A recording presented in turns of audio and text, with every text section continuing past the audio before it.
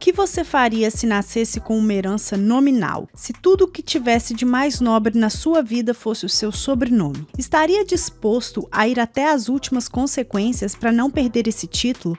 Ou preferiria ser vítima de tal fardo? Ei mundo, meu nome é Fabi Medeiros e sejam muito bem-vindos a este canal. Aqui tem vídeo novo toda semana, sempre com temas criminais ou curiosidades que acontecem ao redor do mundo. Então se você gosta desse tipo de conteúdo, para tudo que você está fazendo que eu vou te contar essa história.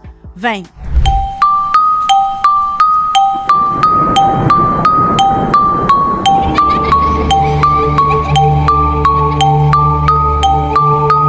O caso de hoje se passou na cidade de Nantes, na França. É uma cidade bem cultural, tranquila, onde a maioria das pessoas são religiosas e vivem muito bem. No dia 11 de abril de 2011, era uma segunda-feira, quando uma costureira que tinha um ateliê ali na mesma rua dos Dupont de Ligonnès desde 1992, então tinha muito tempo que ela trabalhava naquele local, ela achou uma coisa estranha. Ela percebeu que todas as persianas da casa dos Dupont de Ligonnès estavam fechadas. E aquilo era incomum, porque mesmo quando a família viajava, eles tinham o costume de deixar as persianas abertas. Então aquilo realmente deixou ela um pouco intrigada. Ela seguiu o dia dela trabalhando, ela achou estranho porque não viu movimentação, né, de entra e sai na casa. A impressão que dava era que a casa estava toda lacrada. E ela ficou com aquilo na cabeça. Ela inclusive já tinha até costurado para a família, então assim, ela lidava com eles. Quando ela estava voltando para a casa dela, indo embora, ela passou novamente em frente à casa dos Dupont e ela reparou então que tinha um bilhete colado ali na caixa de correio que dizia que era para não deixar mais correspondências ali. E ela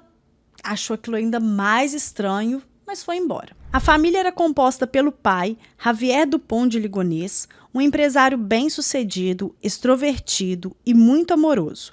Sua esposa Agnes, que trabalhava em uma pequena escola católica, e seus 4 filhos, o primogênito Arthur, de 20 anos, Tomás, de 18 anos, Anne, de 16 e Bernot, de 13 anos. Então, assim, aparentemente, eles eram uma família bem feliz, bem de boa mesmo. Na terça-feira, no dia seguinte, então, quando a costureira foi trabalhar, ela percebeu que a casa continuava toda fechada, as persianas, tudo lacrado. E ela ficou pensando, gente, cadê esse povo? O que aconteceu? Bom, ela continuou o dia dela, trabalhou o dia inteiro, achou mais uma vez muito esquisito não ter nenhuma movimentação ali, porque, segundo ela, a família deles era uma família que tinham muitos compromissos, ficavam entrando e saindo ali o dia inteiro da casa, com bastante frequência, e aquilo não havia acontecido nem na segunda e nem na terça-feira. Então, ela continuou achando aquilo tudo bem estranho. Quando foi, então, no dia seguinte, na quarta-feira, mais uma vez, ela passa em frente à casa dos Dupont de Ligonnès e tá tudo lacrado, tudo fechado. E ela, gente, não é possível. Como assim? Cadê esse povo? E foi aí que ela pensou, gente, alguma coisa de errada não está certa. Eu tenho que chamar a polícia. E aí, finalmente, na quarta-feira, ela liga para a polícia. Então, no dia 13, quarta-feira, a polícia foi até a casa dos Dupont. Chegando lá, bateram na porta, não obtiveram nenhuma resposta, insistiram e nada. Tocaram a campainha e nada. Então, a polícia resolveu chamar um chaveiro. Ao entrarem na casa, eles não perceberam nada de anormal, muito pelo contrário, estava tudo assim no seu devido lugar, tudo certinho. A polícia reparou que alguns lençóis, na verdade, os lençóis de todas as camas não estavam nas camas. Mas eles não acharam nada demais. Às vezes a pessoa tirou para lavar, e não voltou com o lençol para a cama. A polícia também notou que os armários estavam abertos. Mas é aquele tal negócio, gente. Para a polícia, como não havia nenhuma evidência, nenhum fluido, sangue, nada na casa, nenhum item tinha sido roubado, a vizinha ali, a costureira, também falou que parecia que estava tudo normal. Então, para a polícia, não havia necessidade de iniciar uma investigação policial. Eles foram, então, embora. Antes que a polícia fosse embora, a vizinha, barra costureira, chegou inclusive a mencionar com eles que todos os carros estavam lá, menos um, que era um Citroën C5, e que aquele carro era muito pequeno para caber as 6 pessoas da família, mais os 2 cachorros, porque eles também tinham 2 cachorros, mais as malas. Então, assim, que não fazia sentido nenhum eles terem ido viajar, ou eles terem ido embora e deixado tudo para trás, que aquilo tava realmente, assim, muito esquisito. Também é aquele tal negócio, né, gente? Quando você mora na rua da pessoa, ou você trabalha ali, você vê todo dia a mesma coisa há anos, você sabe quando algo aconteceu. Você sabe quando tá fora da caixinha, quando tá fora do normal. Mas a polícia não se importou com aquilo não, ainda achou ruim com ela, falou que ela estava criando pelo em ovo, como quem diz assim, a gente tem mais o que fazer, minha filha, você tá tomando nosso tempo aqui sagrado pra nada. Então, assim, eles foram embora com a certeza de que a família do Pont de Ligonnès tinha simplesmente ido viajar. Até que alguns amigos e familiares dos Dupont de Ligonnès começaram a receber cartas tanto do Javier como da Agnes. A carta dizia que ele havia sido recrutado pelos Estados Unidos para trabalhar infiltrado em um cartel de drogas internacional. E por conta disso não teriam notícias deles por um bom tempo. Não poderiam tentar entrar em contato e que seus nomes seriam alterados, porque ele, o Javier, iria ser um espião da DEA, que é a agência antidrogas dos Estados Unidos.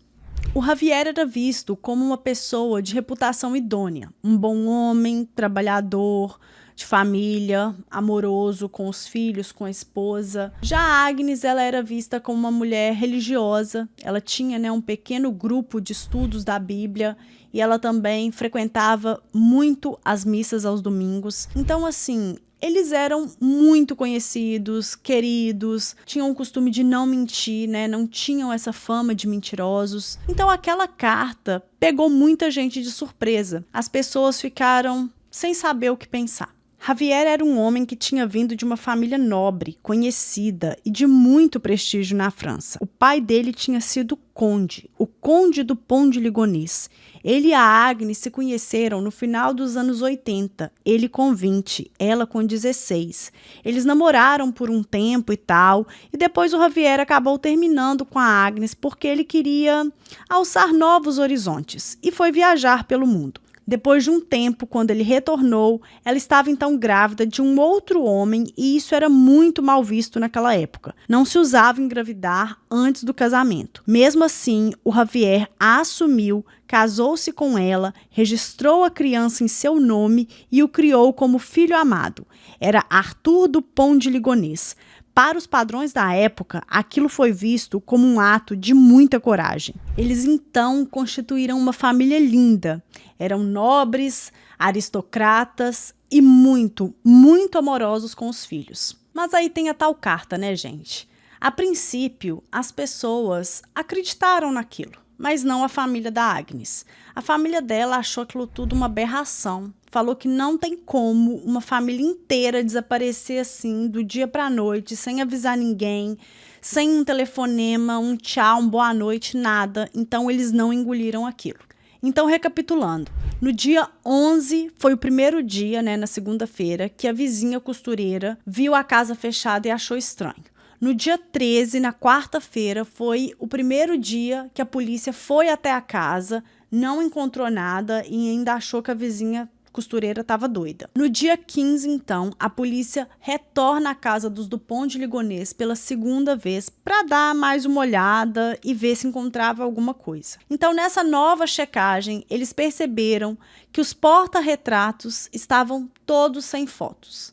Mas ainda não foi suficiente para eles acharem nada estranho, porque simplesmente, né, as pessoas podem mudar de casa do dia para a noite, né? Precisou sair e aí pegou só aquilo que achava mais importante, incluindo fotos. Então a polícia achou também que aquilo ali não era muito suspeito e foi embora.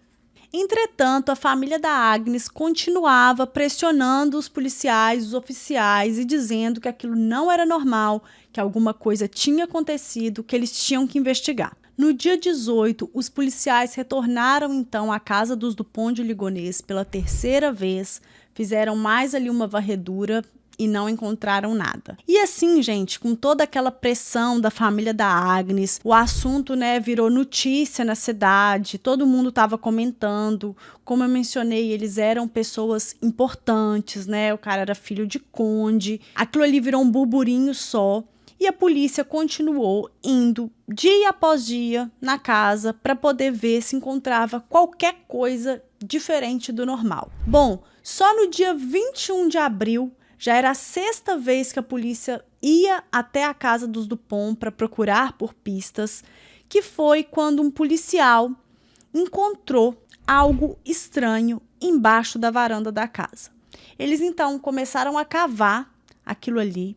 E foi aí, gente, que eles descobriram vários sacos, né, de lixo, assim, selados, né, com a boca do saco selada. E aquilo ali era nada mais, nada menos do que corpos. Então, foi uma coisa, assim, chocante para todo mundo. Os corpos estavam envolvidos em cobertores, dentro de sacos plásticos e selados com fita adesiva. Havia também pequenos itens religiosos junto aos corpos, como se fosse um enterro católico. No buraco estava o corpo da mãe Agnes, dos 3 filhos, Arthur, Anne e Bernot, e dos 2 cachorros, todos na mesma cova. Em uma outra separada estava o corpo de Tomás. Mas faltava um. Aonde estava o corpo do Javier ou o Javier? Bom, a partir daquele momento, ele se tornou o principal suspeito e a polícia da França emitiu um alerta, né, então, para todos os outros países, dizendo o que estava acontecendo e que ele estava, então, sendo procurado. A esse ponto, gente, a notícia já tinha ido parar nos jornais, estava todo mundo realmente assim falando daquilo, chegou na grande mídia, todo mundo queria saber o que tinha acontecido. Os amigos mais próximos, a família do Javier principalmente, afirmava que aquilo não fazia sentido nenhum, que o Javier já estava, né, ali nos seus 50 anos e tinha tido uma vida inteira sem nenhum problema com a justiça e agora, aos 50 anos, ele tinha se tornado um criminoso super perigoso e cometido um crime hediondo daqueles. Então, para eles não fazia sentido e com certeza uma outra pessoa tinha cometido aquele crime. Até porque eles também afirmavam que o Javier, ele sofria de várias dores nas costas, assim, dores fortíssimas.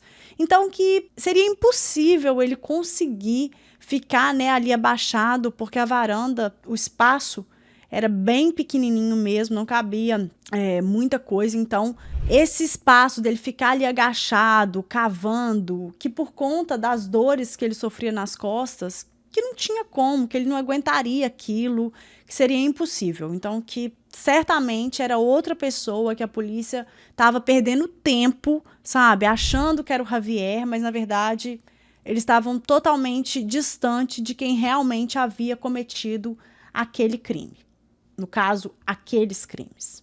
A polícia, então, continuou investigando, né? E a grande questão, gente, é tipo assim, se tinha sido o Javier, como que ele tinha feito aquilo? Porque não tinha nenhum rastro, não tinha nada, nem um fio de cabelo fora do lugar na casa. A autópsia acabou revelando que havia, sim, remédios para dormir no sangue dos filhos, então, provavelmente, todos morreram dormindo. Já a Agnes, a esposa, não havia nenhuma substância no sangue dela, mas ela também usava um aparelho para dormir que ajudava a respirar, né, porque ela tinha apneia. E esse aparelho, ele foi desligado às 3h30 da manhã do dia 4 de abril. Então, os investigadores chegaram à conclusão de que ela, né, a mãe, no caso, foi a óbito primeiro do que os filhos. Todos foram atingidos com 2 tiros na cabeça e a arma utilizada foi um rifle calibre 22, mas nenhum vizinho escutou nada, sem contar que não havia rastros de sangue em nenhum lugar da casa, nada nas camas, chão ou parede. Simplesmente não havia sangue das vítimas na casa e aquilo era um grande mistério para os investigadores. Uma análise minuciosa de todo o material, dos corpos, dos sacos plásticos, da fita adesiva, de tudo, gente. Tudo foi analisado, mas nenhuma digital e o DNA de ninguém, eu disse ninguém, foi encontrado. Então, assim, que pia é esse? Sabe? Seria o crime perfeito? A polícia, então, começou a revirar a vida do cara de cabeça para baixo. eles realmente começaram a investigar tudo para, né, tentar encontrar alguma razão, algum motivo do Javier ter feito aquilo, porque no caso ele era o principal suspeito. E aí os investigadores descobriram que no início dos anos 2000, o Javier ele tentou se mudar com toda a família para a Flórida, nos Estados Unidos. Porém, as coisas não deram certo, então eles acabaram retornando todos para a França. Então, com essa viagem, né, com essa tentativa, ele gastou muito dinheiro. E assim, a verdade é que nos próximos 10 anos, de 2001 a 2011, o Javier enfrentou vários problemas financeiros. Vários fracassos no caso, porque assim, eram credores cobrando na porta. Ele não conseguia mais honrar as dívidas, mas mesmo assim, ele ficava ali, né, mantendo uma aparência. Então, ele falava para todo mundo que os negócios estavam indo muito bem, que ele estava fechando negócios grandes com várias startups. E assim, era só crescimento. Nem mesmo a família dele tinha noção, né, do tanto que ele estava endividado, do tanto que ele tinha gastado. Então, assim, era uma coisa que, na verdade, o Javier ele não admitia aquilo. Para ele era inaceitável assumir esse fracasso, né, e lidar com todas as consequências que viriam a partir daquilo. Dando continuidade, então, os investigadores acabaram descobrindo que naquele mesmo ano, né, o ano em que aconteceu todas essas mortes ali na família do Javier, que era 2011, o pai do Javier também havia falecido no início do ano, no dia 20 de janeiro. E depois disso, precisava que alguém fosse, né, até o apartamento do pai dele para fazer como se fosse uma limpeza, porque tinha que recolher as coisas dele ali, né, o apartamento era alugado. Então, o Javier, ele se prontificou rapidamente e chegando lá, ele, né, fez a tal da limpeza e acabou comentando com o vizinho, então é por isso que a gente sabe dessa informação, que não havia nada de especial lá. Então, deu a entender que ele estava procurando por alguma coisa de valor, que ele pudesse vender. E o pai do Javier, ele tinha tido uma vida muito boa e acabou fracassando. Tanto que ele, né, terminou os dias dele morando em um apartamento alugado. Eu sei que isso é super normal, mas para um homem que tinha vivido em castelos, que era conde, aquilo ali era assombroso. Então, as coisas tiveram que ser retiradas. E o Javier, embora tivesse comentado que não tinha nada de especial ali, esse mesmo vizinho viu ele deixando o edifício com um rifle calibre 22, que foi o mesmo, né, usado, ou pelo menos a bala indicava que era de um rifle calibre 22, que era o mesmo, né, ali da cena do crime, que foi usado, então, para poder tirar a vida da família dele. Então, aquilo tudo era muito estranho, a polícia começou a realmente desconfiar que o Javier era o autor daquele crime brutal que tinha acontecido ali naquela casa.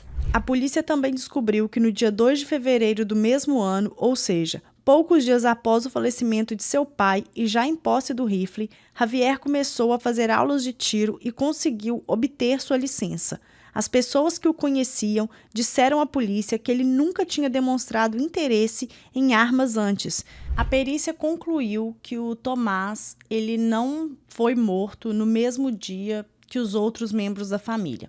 Porque foi o seguinte, no domingo o Tomás ele retornou, não sei se é Thomas ou Tomás, gente, mas enfim. Ele retornou para a faculdade, então ele não estava em casa, né? Parece que na noite em que tudo aconteceu. Porém, na terça-feira, o Javier ele ligou para o filho e pediu que o filho voltasse correndo para casa, porque a mãe tinha sofrido um acidente de bike e ela estava, tipo assim, super mal, então ele precisava voltar correndo. Quando foi na terça-noite, o Tomás, então, chegou em casa e daquela noite em diante, ele nunca mais foi visto. Então, a perícia concluiu que ele foi o último a ser morto, então por isso que ele estava numa outra cova diferente dos outros membros da família. Do dia em que aconteceu o crime até a descoberta dos corpos, levou cerca de 3 semanas. O crime aconteceu no dia 4 de abril e só no dia 21 é que descobriram os corpos. A polícia precisava então encontrar Javier. Aonde ele estava, afinal? Então, assim, gente, o Javier ele estava com 3 semanas de diferença da polícia, tipo assim, na frente da polícia. Então, eles realmente precisavam correr para poder alcançá-lo. Eles começaram a checar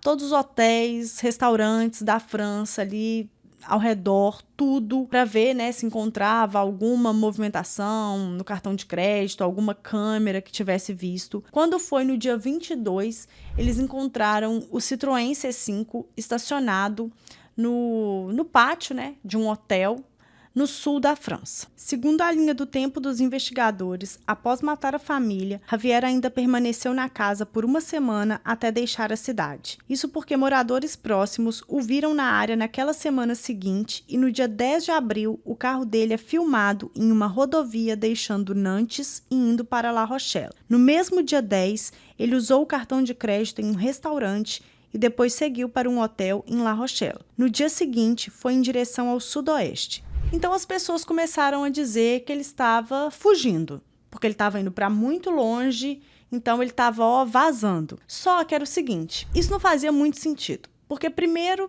que ele sacou dinheiro, né? Então ele sabia que estava sendo filmado. Depois ele gastou o cartão de crédito, né? Passou o cartão de crédito em vários restaurantes diferentes. Então aquilo ali não parecia que ele estava fugindo, porque ele estava deixando muita pista. Não fazia nem sentido para um cara que teve todo o trabalho para esconder as evidências, sabe? Não deixar pista nenhuma, fez tudo ali bonitinho.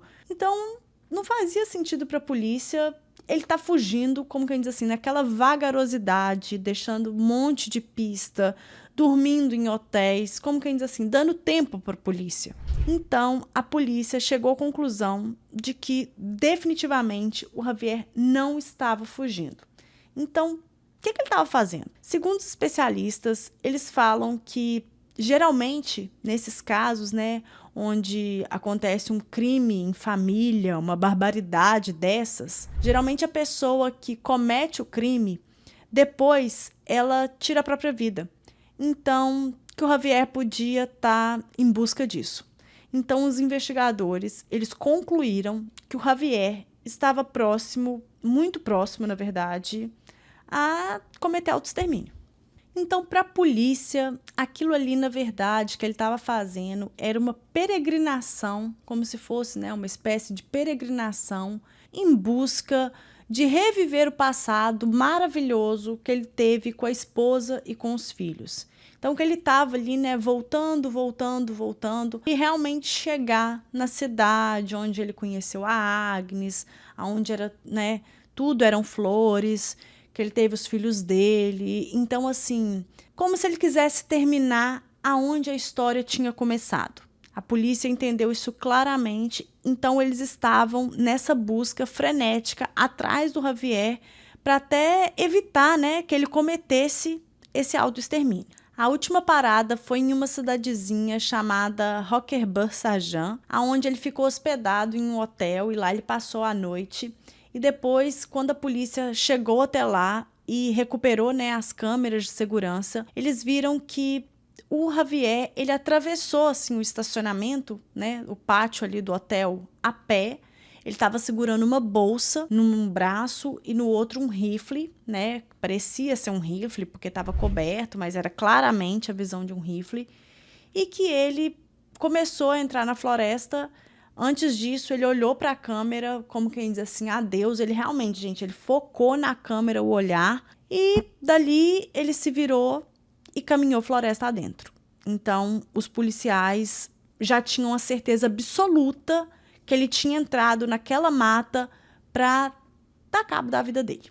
Ao ver as imagens, então, das câmeras, os policiais correram para dentro da mata para poder tentar encontrar o Javier. Mas a verdade, gente, é que era muito grande o local. Era muito difícil encontrar o Javier ali, porque, como eu disse, ele já estava muito à frente da polícia. Era como procurar uma agulha no palheiro. Foram semanas de busca. Foi utilizado cães farejadores, helicópteros, eles procuraram por tudo, mas nunca encontraram o corpo. Eles tinham certeza que ele tinha cometido autoextermínio, então assim, cadê o corpo? Em 98% dos casos, né, nesse tipo de crime, o assassino, ele comete autoextermínio após fazer essa barbaridade toda.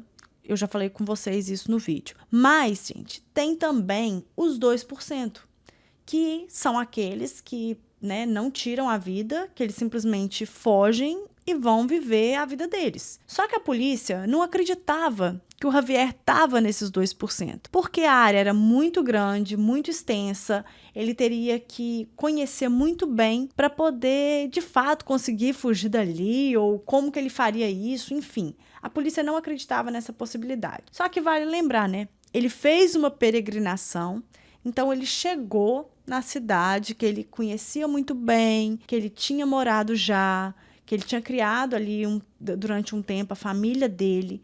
Então, era uma área que era comum para ele. Então, assim, na minha percepção, não seria tão difícil assim, talvez, ele dar um jeito e escapar disso tudo. Lembrando que ele estava, né, à frente da polícia. Mais uma vez, reiterando isso, porque senão parece que os policiais estavam na cola do cara e perderam. E não foi, gente. Eles entraram na mata bem depois do Javier. Assim, não sei se 2 dias depois do Javier. Depois disso, nada mais apareceu sobre Javier.